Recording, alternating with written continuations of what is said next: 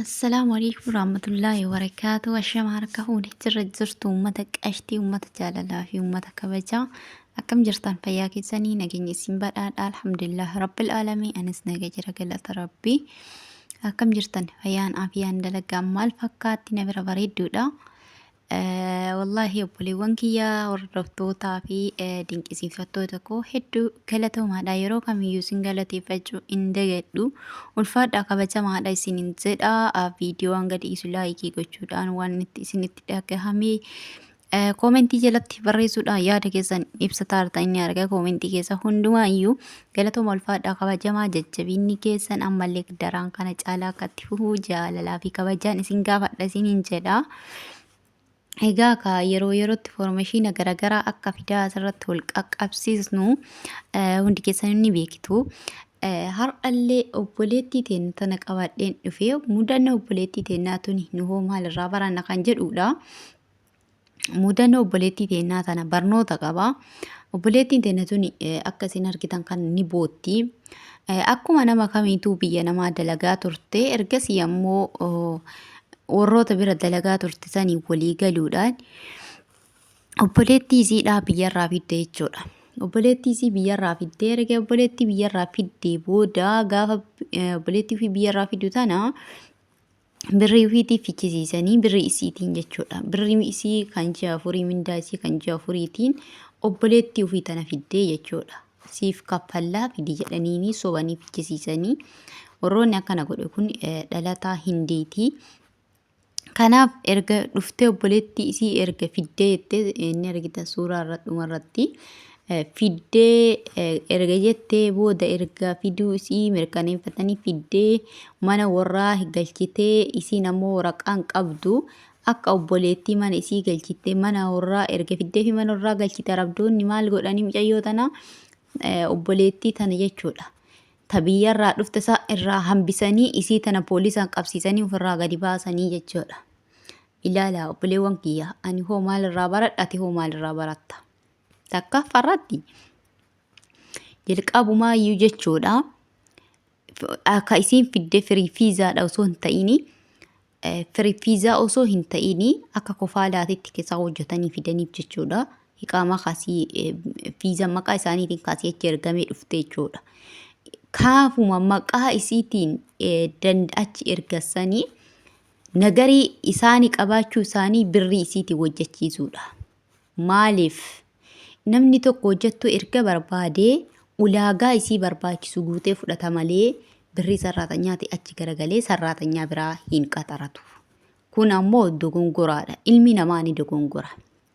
Garuu ammoo dogongora kanarraa isi hoo maal barattan obboleewwan kiyya? Ani hoo maal baradha? Ati hoo maal baratta?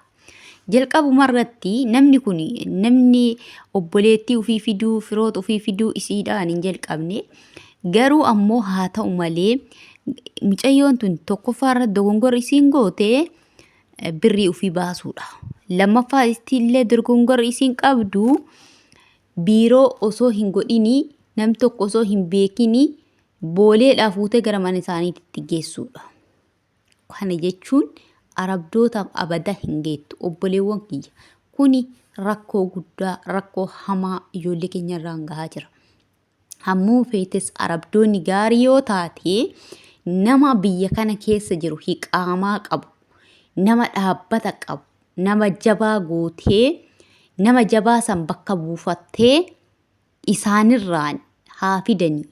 Isaanii wal qunnamsiisuu qabda malee mataa keetitti gaafa fuutee obboleettii ta'e fuutee fiddee mana namaa galchitu rakkoo akkuma har'a gammachuu argatte fiduu gammadde gammachuu boodas rakkoon akka jiru baruu qabdi yaadachuu qabdu kanas dagachuu qabnu. Har'a kolfinee gammannee jirra gammachuu kana booda boochis akka jiru baruu qabna kana jechuudha. Duniyaa tanarratti gammachuu gaddaa fi gammachuullee rakkoo fi bal'oollee wal faana deemti jechuudha. Gahayaa gaafa bal'oo argitee sani gammadde sani rakkoon booda jirullee yaadachuu qabda. Rakkoo booda jiru san dagachuu kennatuyyuu waa baay'ee keessa nu seensisaa jira obboleewwan kiyya. Wanni akkuni barnoota guddaa qaba. Obboleettiin teenya tuni obboleetti isii osoo isiinuu achi biraa hin baasini hin dhukkubaa jette. Hin dhukkubsataarti. Biyyarraa dhuftee fireeshiidhaa tarii nyaanni tasmaamuu dhabuu danda'a, qilleensi tasmaamuu dhabuu danda'a. Itti hin dhukkuba. Isii obboleettiin biyyarraa dhufte osoo dhukkubuu tana tafiddeef biraa gadi poolisaan qabsiisanii isii waa waraqaa hin qabneef biraa baasanii tan mana itti cufani. Guyyaa kaleessaa bilbiltee fi mucayyoon obboleettiin biyyarraa dhufte tana addisiisuun obboleettii tanaa bilbiltee na dhukkubaa jira mana addaatitti illee natti cufanii. Natumaaraniilleedha silkillee narraa fuudhaaranii jettee bilbiltee fi itti himte jechuudha. Garuu isiin carraan isii hoo maal ta'e kaleessa gammaddee har'ammoo gadda keessa seentee jirti. Sammuun isii cabee Oromoo koona qaqqaba furmaata naaf laadhaa jette. Maktabni quban qabu, nam tokko quban qabu, mucayyoo fiizaa si ergisiiftee birrii ofiitii hojjettee fiddee gaafa isiin boolee gabbuutullee viidiyoon hin jira gaafa isiin boolee gabbuutullee obboleettii tana ofii tana fuutee fiddee firmaa tokko alatti firmaa takka hin qabdu isiin tun jechuudha. Waan barbaadan yoo godhe firmaa takka hin qabdu. Sanii fuutee fiddee mana warraa ol galchite jechuudha. Eega mana galchitee fi xaraddanii poolisaan qabsiisanii waraqaa hin qabdu jedhanii ballaqanii gadi baasan jechuudha obboleettii tana dura. Innaa lillahi wa innaa wallaahi mee ilma namaa laala zulmii ilma namaa laala. Wallaahi zulmii ilmi namaa walirratti dalagu laala akka qalbii itti ol cabsu laala. Piliis Oromoo koo diinni diinuma alagaan alaguma maaltu alagaadhaaf fira jedhe kan jedhamu sanii yaadadhaa. Barnoota isiniif haa ta'u. Wanni kun barnoota isiniif ta'a. Keessa of ilaalaa akka daawwatanitti dhugaadha. Namoonni hedduu mataa koo irraa jalqabee waan kana namoota baay'eetu iyyuu hawwa. Namni hawwin hin jiru. Obboleettii qaba, obboleessa qaba, firoota qaba, hiriyoota qaba. Yoo madaami isii barbaadde gaafii gaafatte yaada akkanaa nama hedduu namoota baay'eetu qaba. Kanaaf jennaani yaaduun gaarii ta'ee gaafa fiddasan nama biiroo qabuun walqunnamsiisa. Nama biiroo qabuun walqunnamsiisa. Fiddanii xaqalaala hisseensisina. Nama biiroo qabuu dubbisuun barbaadanii eega akkas hin taane nama tokko nama jabaa. Nama gaafa isiin rakkattee jettellee rakkoo kana bira dhaabbachuu danda'u godhaa walqunnamsiisa arabdoota. Maaliif jennaan biyyarraa inni ati fiduu osoo hin taane inni hiqaamaa qabu of danda'ee jiraatu sun fidee mallatteessisiisee yoo jawaazaatii geessee mallatteessisiisee gaafa isa fudhata.